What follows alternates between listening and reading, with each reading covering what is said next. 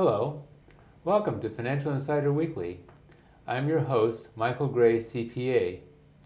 My guest today is Bernard Vogel III, and I'm just going to call him Bernie. Anyway, Bernie and I have known each other actually since we were children. And he is a corporate lawyer and partner in the Silicon Valley Law Group.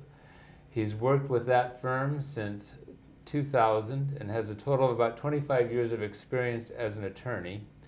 He works in the areas of corporations, mergers, acquisitions, and finance. So welcome, Bernie. Thank you, Michael. For joining me today.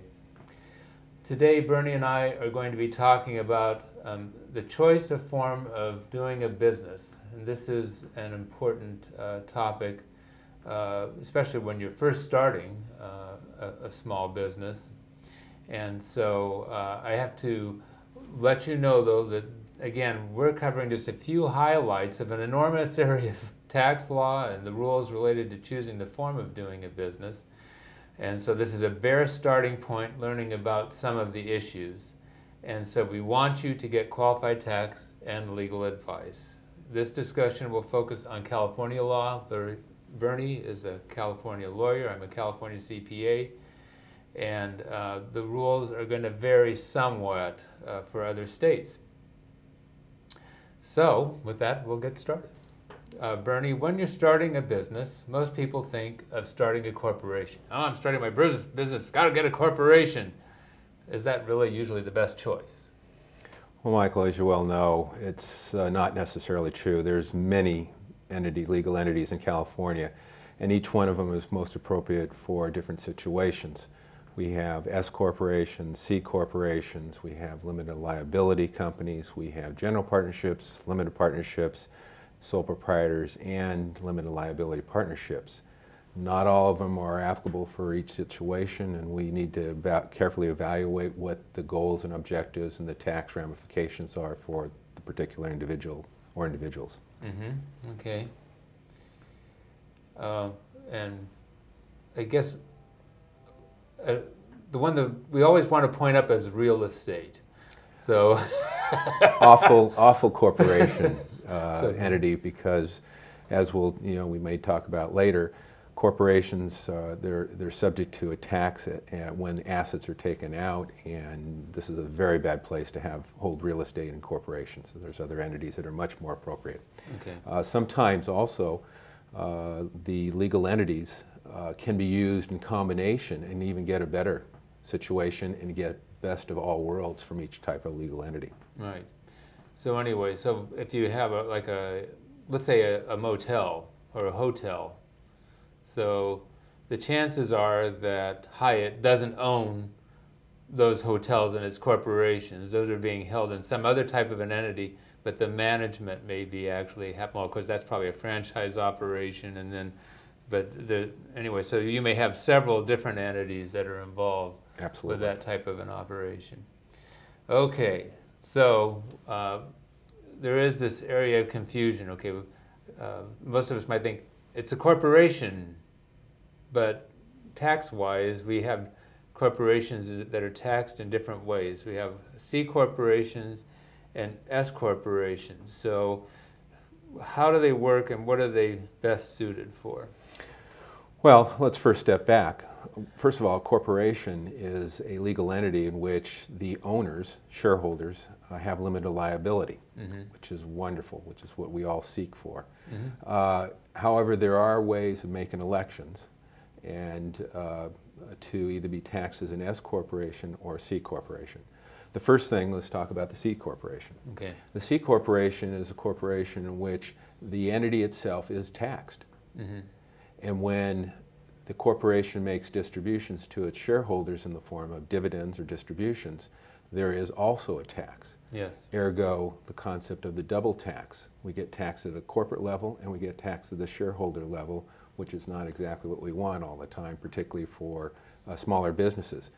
A C corporation is generally a corporation which is more applicable or more apropos for publicly traded companies.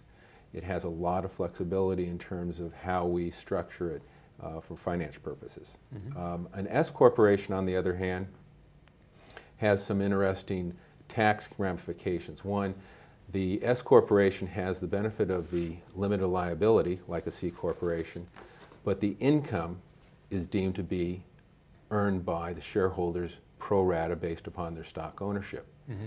That's very advantageous for a lot of people. Also, the earnings from those from S corporations are not subject to self-employment tax.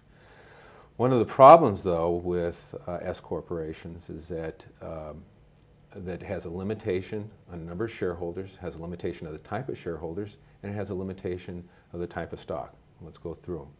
One, you can only have 100 shareholders. Not very good for a publicly traded company, right, Michael? Right. Two, only certain types of individuals can own the stock of an S corporation, generally U.S. residents. You can't have corporations and non-residents owning the stock of an S corporation. And three, the really challenging part of an S corporation is you can only have one class of stock. Right. This is very problematic because if you and I owned an S corporation and I wanted to have some special allocation to me, or I wanted to have preferences, I can't do that in an S corporation. You can in a C corporation, which is why it's very favorable in terms of venture capital deals or things like that. Right, right, okay. So another type of entity, what are limited liability companies? A lot of people talk about those these days, and actually I would say almost as often as I hear, should I have a corporation, I hear, should I have an LLC? Why have they become popular? Well, in 1994, California was probably the 42nd or 43rd state in the nation. That A leader. Yeah, we were way ahead on this one. But limited liability companies came onto the forefront, and everybody wanted to use them. They were very, very attractive. Cocktail was on LLCs. And the limited liability company gives you a couple things. One, it gives you the corporate protection or the corporate characteristic of limited liability protection for the owners. In this case, instead of shareholders, we call them members. Mm-hmm. It gave you the ability to kind of structure centralized management with LLCs. The LLCs are treated as, unless you elect differently, are treated as partnerships. And partnerships are a very, very favorable arrangement for tax planning purposes.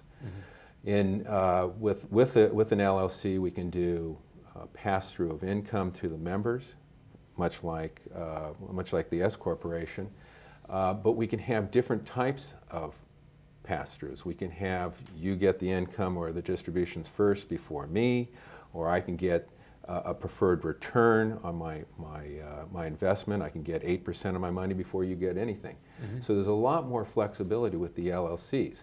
Very, very attractive. Everybody wanted them. There's a price to something like that, and in California our price is called the gross receipts tax. Mm-hmm. And the gross receipts, LLCs are taxed. They have an $800 minimum franchise tax like most California entities, but we charge in California, or our Sacramento legislators charge a gross receipts tax which is based upon the gross receipts, very alien to us as owners. We normally view taxes based upon net income, income reduced by expenses. But in California, we did it by gross receipts, and it's done by categories. It starts off by you don't get taxed anything for the first $250,000 of income. After $250,000, it goes up to $900. Then it goes up to goes up in ratchets to $900 to $250 to $6,000, between $1 million and $5 million of gross receipts, and then after $5 million of gross receipts, it's $11,790, as I recall. Yeah. So there's a problem there because, see, if you have a business which has a lot of gross receipts but very little net income, you can get taxed. In fact, you can get taxed when you're losing money in an LLC, which is very, very disturbing to owners. So that's a problem. In this situation, we use LLCs. We use them in combination sometimes to avoid the gross receipts tax. And it's